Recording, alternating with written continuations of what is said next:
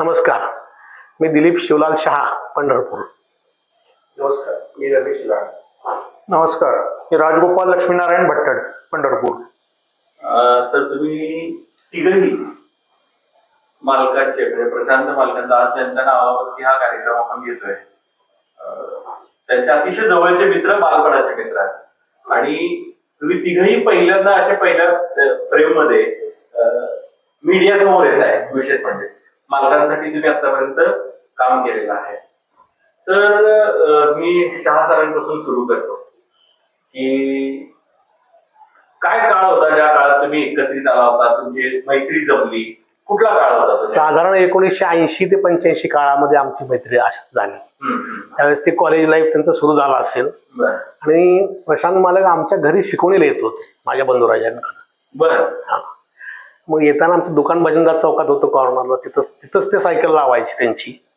सायकलवर त्यावेळेस येत होते. सायकल माझ्या दुकानी लावायची, तिथून आमच्या घरी शिकवणीला किंवा अंबाबाई पटांगणात क्रिकेट खेळायला दोन्हीकडे ते जात होते. पण ती जाता येता कॉमन माझं दुकान झालं आणि ती आमची जी मैत्री होत गेली ती इतकी घट्ट आहे की आजही आम्ही सगळे एकत्र असतो. तुमचंही दुकान होतं सर? हो. तर तुमच्याही दुकानात तर खरं तर राजकारणच चालायचं आहे तुमच्या दुकानामध्ये. तर तो तुमचा प्रसंग काय आठवतो का सुरुवातीचा? सुरुवातीला सांगतोच मला. पूर्वी आम्ही दोघं एका गल्लीतच. बरं.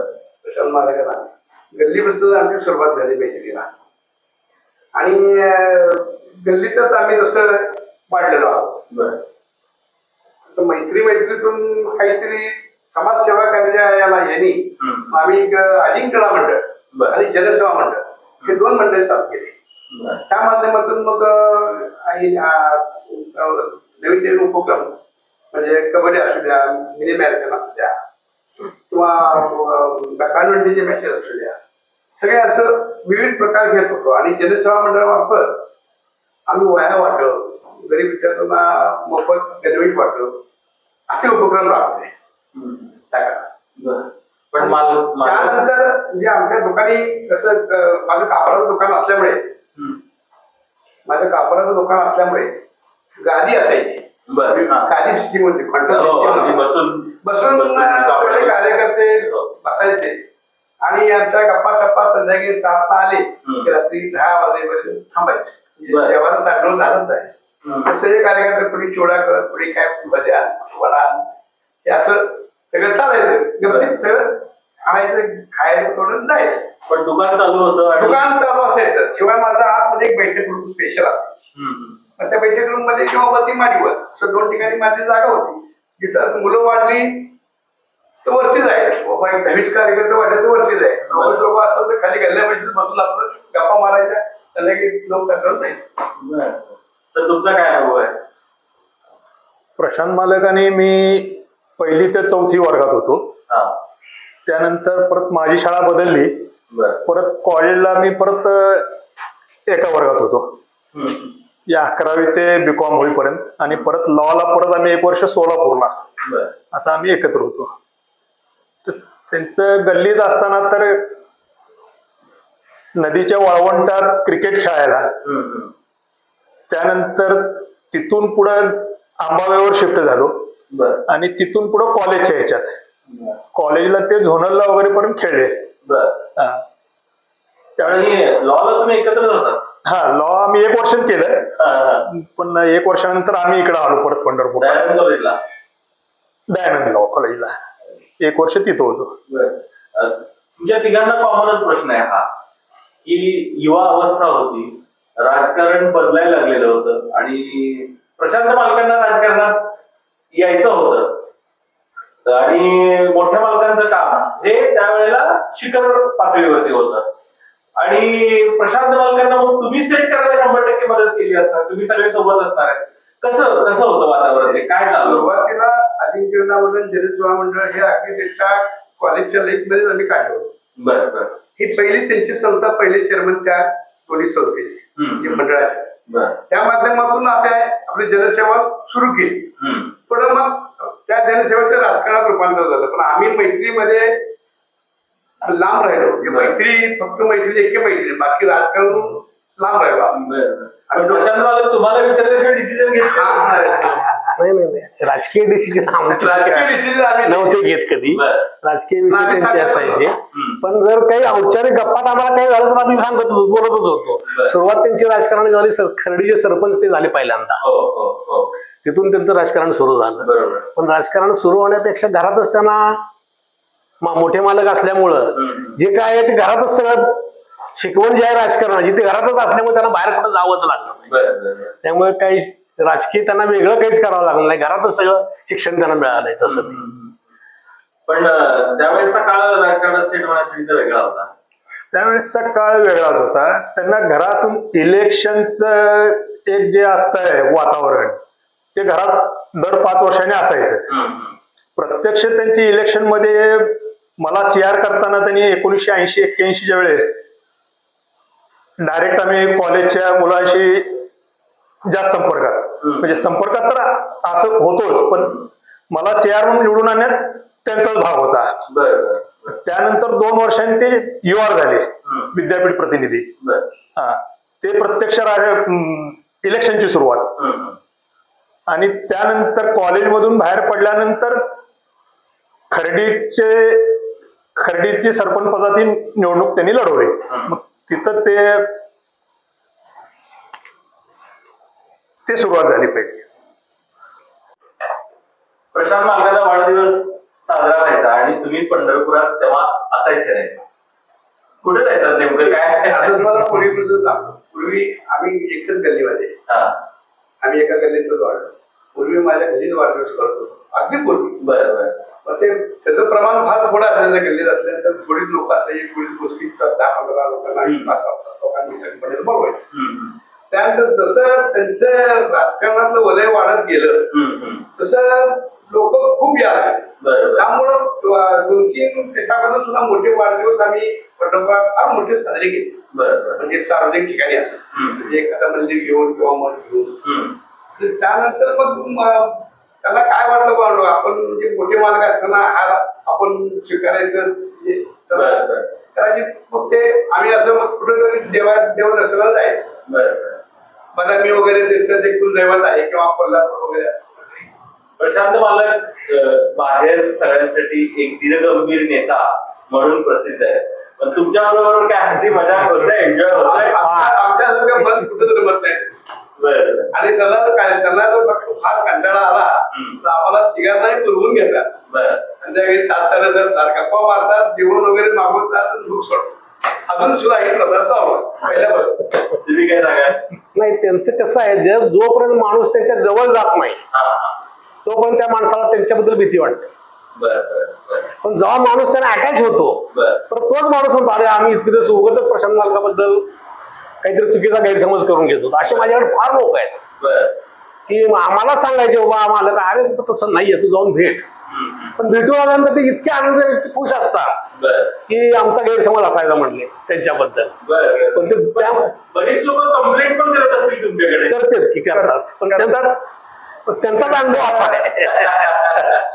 अगदी पत्रकारही काय सांगतात आजही आम्हाला, पण परत आज तुम्हाला सांगतो नावही तर सांगता येणार नाही मला याचे. पण ते पत्रकार जाऊन आल्यानंतर परत मला फोन करतात की नाही बाबा आमचं चुकीचं होतं, असं आहे. मी काल तासभर जाऊन बसून आलो त्यांच्यापाशी.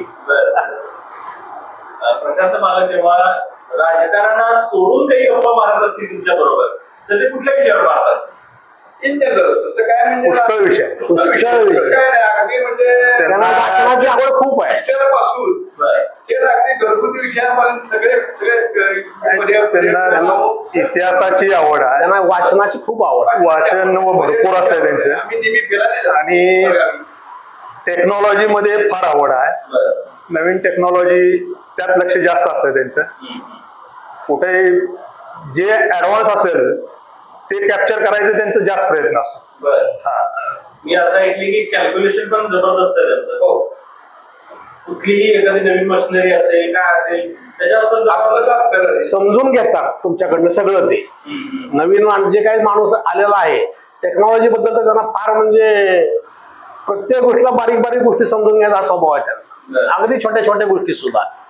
आणि पूर्ण समजून घेतल्याशिवाय ते स्वतःचं मत कधी मांडत नाही. पूर्ण तुम्हाला त्यातले बारकावे सगळे समजून घेणार तुमच्या ह्याच्यात. पण बऱ्याच वेळेला असं होतं की राजकीय पुढारी म्हटल्यानंतर दिवसभरचा व्यस्त वेळ असतो किंवा अनेक कार्यकर्त्यांचे फोन, आता फोनमुळे तर माणूस 24 तास त्याच्यावरती बिझी असं होतं. तर तुमच्या बरोबर असल्यावर काय असतं नेमकं, त्यांचा तो दिनक्रम चालू असतो का वेगळे प्रशांत? त्यावेळेला त्यांच्यासोबत आम्हीच असतो. फोन चालू असतो महत्वाचे फोन घ्यावे लागतात, कारण कुणाचा फोन येईल सांगता येत नाही. आम्ही बसलेला असताना फडणवीस साहेबांचा फोन येऊ शकतो, त्यामुळे फोन चालू असतात, बोलतात ते चालू असतात. प्रशांत मालक एखाद्या वेळेस नाराज वगैरे झालेत कधी तुमच्यावर, कधी बोलण्यामध्ये काय चर्चेमध्ये भांडणं वगैरे? हो, फक्त अगदी क्षणिक असायचं. सुद्धा क्षणाला की खांद्या रात फुटून म्हणजे बहुतांश आमचं चुकायचं आता, पण ते सांभाळून घ्यायचे आम्हाला. कधी नोकझोक एखाद्या विषयावरती झालेली बऱ्याच वेळा झाली, पण कधीही तो राग मनात त्यांच्या कधीही नसतो.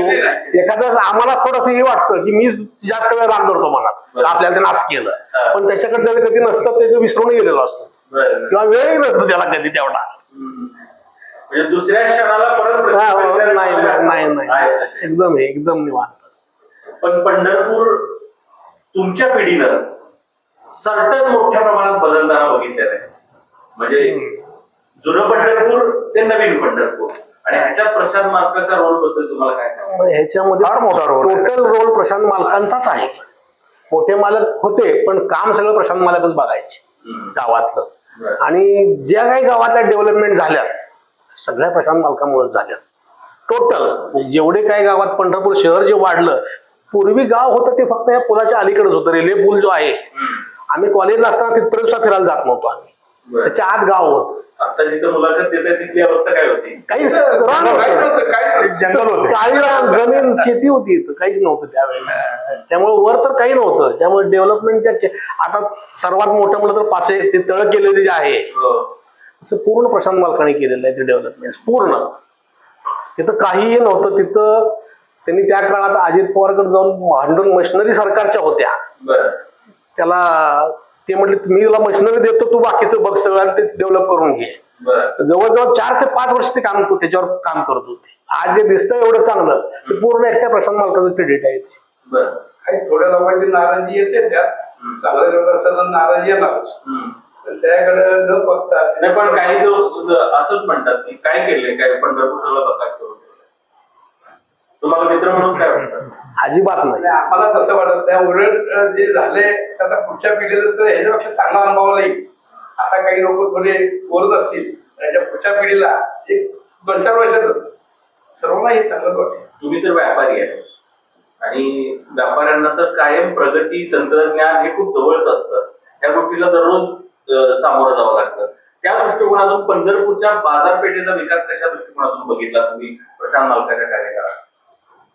पूर्वी भुसार बाजार होता, तो पेठ भागात होता, नवी पेठ म्हणून एरिया आहे. आता तो वाढायला लागल्यानंतर इकडं मार्केट कमिटी, इकडं मार्केट यार्ड इकडं स्थापन करून आणि तिकडं सगळा मोठा बाजार हलवला. त्या ह्याच्यातून पंढरपूरला येणारे शेतकरी वाढले आणि मोठ्या प्रमाणात व्यापार वाढला. पूर्वी जे डाळिंब वगैरे किंवा द्राक्षे हे सर्व बाहेर जात होतं, त्याचे लिलाव इथं होऊ लागले. इथल्या लोकांना काम मिळालं, मोठ्या प्रमाणात व्यापार वाढला पंढरपूरचा. आणि भुसार मालाला इकडे जागा असल्यामुळे इकडे फार मोठ्या प्रमाणात व्यापार वाढला त्याचा. जे नवी पेठच्या छोट्याशा एरियात होता व्यापार, तो आज इथं ऍग्रिकल्चर मार्केट कमिटीमध्ये फार मोठ्या प्रमाणात वाढला. ते एकदम मोठा चेंज आहे. सांगलीनंतर बेदाण्याचं जे मार्केटचे पंढरपुरात त्यांनीच चालते. सर्वात महाराष्ट्रात सांगलीत 1 नंबर बेदाण्याचं मार्केट आहे, त्यात 2 नंबर महाराष्ट्र. कधी कधी सांगलीला थोडा ओव्हरटेक करून भाव जास्त देतो. 2 साखर कारखाने होते, 3 साखर कारखाने, 3 साखर कारखाने, त्रिपूरचा आहे, आपल्याला मग तुझा फायदा मिळतो. शिवाय तुमचा याचा आहेच. पण आता मित्र म्हटल्यानंतर आपला मित्र आमदार होता, त्यानंतर अनेक पदं त्याची गोष्ट होती. तर मित्र आहे म्हटल्यानंतर काहीतरी कामं आपले आपण करून घेत असतो. तर मित्र म्हणून तुमच्या कामाला काय प्राधान्य कधी दिलंय का? प्रोसेस बरेच प्रमाणात त्यांनी काम केले. कसा आहे नेमका अनुभव, तो अनुभव कसा आहे? नाही आम्ही सांगतो, आमचं जरी अनलिगल काम असेल, मुळात आम्ही अनलिगल काम घेऊन टाकते. अनलिगल काम असेल तर ते कधीही करणार नाहीत मित्र म्हणून. जे काय त्यांचा असेल एक चांगला गुण तुम्हाला सांगतो मित्र म्हणून, ते असंख्य लोकांना मदत करतात. पण जर मला मदत केलेली असेल तर ह्याला सुद्धा सांगणार नाही. सर्वात चांगला गुण त्यांचा. आणि कधीही कळत नाही, चुकूनच मग ते आमच्यासारख्या जे जवळ आहेत त्यांनाच कळतं ते काय. पण हा सर्वात त्यांचा, इतक्या लोकांना मदत केली त्यांनी, पण कधीही कोणालाही सांगत नाहीत ते मी याला केलंय, यासाठी हे केलंय, कधीच बोलणार नाही. अगदी बरोबर. तसा अनुभव एक असा आलेला आहे की त्यांनी हॉस्पिटलसाठी, मेडिकल लोकांचे प्रश्न सोडवण्यासाठी हराळीला एक प्रोजेक्ट त्यांनी केलेला आहे. ज्या आजारावरती उपचार होत नाही त्याच्यावरती लाखो रुपये खर्च असतो, तिथं ऑपरेशन होतं, तिथं ऑपरेशन आणि हे पंढरपुरातल्या लोकांना कोणाला माहित नाही. आणि ते पेशंट बरे झालेले आहेत विशेष म्हणजे. तर हे पंढरपुरात तुमच्यासाठी पण काही गोष्टी नाही. फक्त मला माहिती असायचं तो राहुल कोटरकर आमच्याच गल्लीतला आहे, त्यामुळे तो मला माहिती, तो तिथं काम बघतो. इतके ऑपरेशन मोठे मोठे डॉक्टर येऊन तिथं करतात आणि सगळे ऑपरेशन सक्सेस आहेत तिथली. अजून पंढरपुरामध्ये मालकांच्या कडून, तुमच्या मित्र म्हणून काय अपेक्षा आहेत? पुढचं काय प्लॅनिंग केलं मित्र म्हणून तुम्ही मित्रासाठी?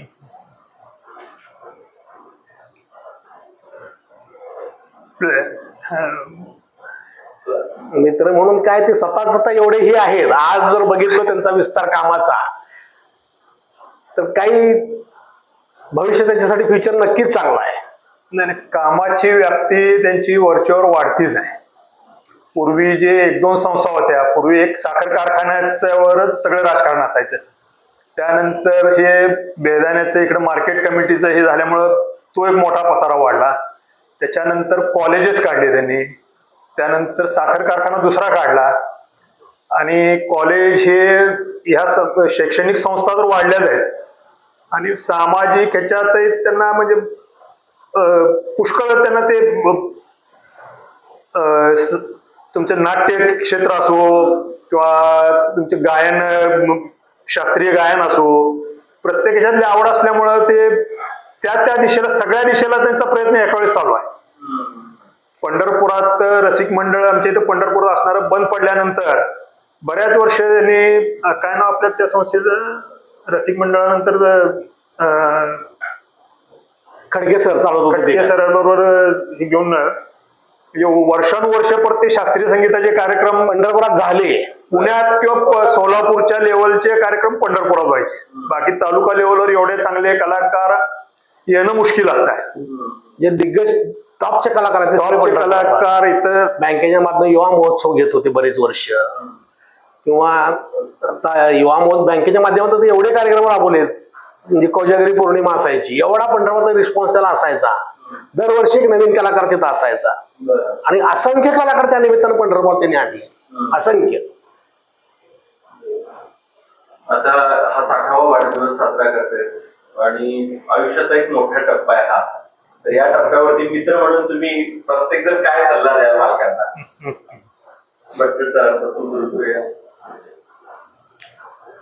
मालकांची प्रगती तर उत्तरोत्तर आहेच. अजूनही नवीन नवीन क्षेत्र, आता टेक्नॉलॉजीच्या हिशोबात नवीन क्षेत्रात त्यांचा प्रवेश चालूच आहे, करतायत. त्यांची मुलं आता नवीन टेक्नॉलॉजी, तो जर्मनीला शिकून आला मुलगा. जे उत्तम असेल ते घ्यायचं, हे कायम त्यांची, जे चांगल्यात चांगलं असेल एखाद्या गोष्टीमध्ये ते घ्यायची त्यांची कॅपॅसिटी फार मोठी आहे. त्या हिशोबाने ते प्रयत्न तसेच करतात. ते उत्कृष्ट ते झालं पाहिजे, 2 नंबरचं नको आहे, 1 नंबरच काम पाहिजे, अशी त्यांची हे असते. त्यांचं ते पुढं जे करतात ते त्या पद्धतीनं चालत राहणार आणि त्यात त्यांना जेव्हा ईश्वराने त्यांना पाठबळ द्यावं, आरोग्यासाठी स्वतःचं आरोग्य जपणारे आहेत ते. आजही व्यायाम वगैरे ते आमच्याबरोबर योगा वगैरे करायचे. आता वेळ त्यांना मिळत नाही कामं वाढल्यामुळं, पण आजही आपलं स्वतःच हे जपून आणि पंढरपुराचं आरोग्य जपणारा माणूस आहे. अशा माणसाला उत्तम आरोग्यपूर्ण दीर्घायुष्य लाभावं ते जे काम करतायत त्यात त्यांना यश मिळतच राहत आहे आणि मिळत राहावं ही पांडुरंगाची प्रार्थना करेन. काही नाही, 60व्या वाढदिवसात त्यांना शुभेच्छा आणि असं उत्तरोत्तर त्यांची प्रगती होत राहो ह्याच त्यांना शुभेच्छा आमच्या तिघांकडून. मी शुभेच्छा द्या. हो, 60व्या वाढदिवसाच्या शुभेच्छा त्यांना प्रगती हो. जावेद रसूल मुलानी प्रशांत मुलकाला वाढदिवसाच्या हार्दिक शुभेच्छा. अझरुद्दीन शेख ग्रामपंचायत सदस्य कोर्टी व आमच्या कुटुंबाकडून व आमच्या ग्रामस्थाकडून सर्वांकडून मालकांना, प्रशांत मालकांना 60व्या वाढदिवसानिमित्त हार्दिक शुभेच्छा. मी मुन्ना जमाल शेख, कोर्टी ग्रामपंचायत उपसरपंच. प्रशांत मालकांना कोर्टी ग्रामस्थांच्या वतीने आणि माझ्या वतीने वाढदिवसाच्या हार्दिक शुभेच्छा. नमस्कार, मी रोहू पवार, माजी सरपंच ग्रामपंचायत कोर्टी. मालकांच्या वाढदिवसानिमित्त शुभेच्छा देते. परिचय म्हणजे तसं आमची आता राजकारणात दुसरी पिढी आहे. वडिलांपासूनच जाणं येणं चालू होतं, तेव्हापासून ओळख आहे. नंतर ग्रामपंचायत निवडणुकीत मालकामुळं सरपंच झालो मी. मालकांनी भरपूर सहकार्य केले आपल्याला ग्रामपंचायत निधीसाठी वगैरे, रस्त्याच्या कामासाठी भरपूर निधी दिले. काय काय काम आहे? रोडची कामं झाली, परत पिन ब्लॉक टाकले, महादेव मंदिरकडे जाणार रस्त्याचे काम केले, पूल बांधलाय. मालकांना आता मोठ्या पदावरच संधी मिळणार आहे लवकरच. 100% मालक मंत्रीच होणार आहेत आता. मी सुरेश शिवाजीराव देशमुख, कासेगाव, परिचारक प्रेमी. मी आज परिचारक कुटुंबियाबद्दल जर काय बोलायचं असेल तर मी गेले 2 पिढ्या परिचारक कुटुंबियाशी एकनिष्ठ आहे. माझे वडील असतील, आजोबा असतील, तेव्हापासून आम्ही परिचारक कुटुंबियामध्ये आहे आणि इथून पुढून सुद्धा आम्ही परिचारक कुटुंबियातच आहे. मी मोठे मालक होते त्यावेळेला माझं घर असेल, घराचा पाया असेल, वास्तुशांती असेल, द्राक्षाच्या बागेचं रोप लावायचं असेल, मोठे मालकांची उपस्थिती ही प्रार्थनीय होती. आणि मोठे मालकांच्या नंतर आता आपले आमदार, पांडुरंग कारखान्याचे चेअरमन प्रशांत मालक परिचारक हे आता मोठे मालकांच्या पावलावर पाऊल टाकून कार्य करत आहेत. परंतु मालकांबद्दल, प्रशांत मालकांबद्दल जर आपल्याला काय सांगायचं असेल तर अतिशय परिचारक प्रशांत मालक हे अतिशय हुशार आहेत, टेक्निकली आहेत आणि गावाचा विकास असेल, काशेगावातला विकास असेल, त्या बाबतीत पंढरपुरातला कुठलाही विभागात असेल त्या विभागामध्ये काय करायचं यांचं जे नियोजन आहे ते प्रशांत मालका एवढं कोणाकडे पण नसेल असा आमचा समज आहे. पांडुरंग कारखान्याच्या संदर्भात सांगायचं झालं तर पांडुरंग कारखान्याला शिस्तबद्ध कार्यक्रम, मग कार्यकारी संचालक असतील, त्यांचे सगळे सहकारी कामगार असतील, त्यांना शिस्तबद्ध आणून नियोजित कारखाना पार करतात, वेळेला कारखान्याची बिलं अदा होतात. त्यामुळं परिचारक कुटुंबियाच्या पाठीमागं अतिशय प्रेमानं माणसं, ही काय विकत आणलेली माणसं नाहीत, ही प्रेमाची माणसं हीच परिचारकचं खरं भांडवल आहे. आणि परिचारक कुटुंबियांनी त्या सभासद असेल किंवा गावातला कार्यकर्ता असेल यांच्याकडे कधीही अपेक्षा केली नाही. कुठली अपेक्षा न करता प्रामाणिकपणे काम करणे, गावाचा विकास करणे, प्रत्येक सुखदुःखाला ते स्वतः प्रशांत मालक हे उपस्थित असतात आणि लोकांना गोरगरिबांना धीर देण्याचं काम ही परिचारक कुटुंबीय शेवट कोणीही करू शकत नाही. असा आमचा एक कयास झाला आणि आम्हाला अनुभव आहे. आमच्या प्रत्येक कार्य, लग्न कार्य असेल त्यांना त्यांची उपस्थिती असते. आपण जे कामं सांगितली, मी काशेगावाचे इलेक्शन झालं आणि इलेक्शनच्या काळात मी परिचारक मालकांना सांगितले की मला डेप्युटी व्हायचं आहे. तर मालकांनी कुठलाही कुणाचंही न ऐकता मला डेप्युटी सरपंच केलं. 5 वर्ष मी मालकांच्या सहवासात राहिलो आज 15 वर्ष झालं मी मालकांचं कार्यकर्ता आहे आणि सर्वसामान्य जनतेचं काम परिचारक कुटुंबियात कसं करतं तसंच आम्ही सुद्धा मालकांच्या सांगण्यावरून कामं करत आलेलो आहे आणि इथून पुढं सुद्धा आम्ही परिचारक कुटुंबियाशी एकनिष्ठ राहू. मला मालकाने कासेगावचे डेप्युटी सरपंच करून कार्यकारी सोसायटीचं चेअरमन म्हणजे 15 वर्ष मी आहे. आम्हाला नको दुसऱ्याला कोणाला करा म्हणलं तरी त्यांनीच केलेलं नाही. कारण का तर त्यांचं म्हणणं की विश्वासाचा माणूस पाहिजे आणि विश्वास संपादन आपलं जाता कामा नये, गोरगरिबांचं सभासदाचं काम व्हावं असं त्यांची एक अपेक्षा असल्यामुळं आम्हाला त्यांनी सोसायटीचं चेअरमन केलं आणि इथून भविष्य काळात आमदार प्रशांत मालक परिचारक यांना मी माझ्या कुटुंबियातर्फे माझ्या काशेगावाच्या ग्रामपंचायतीतर्फे हार्दिक शुभेच्छा देतो.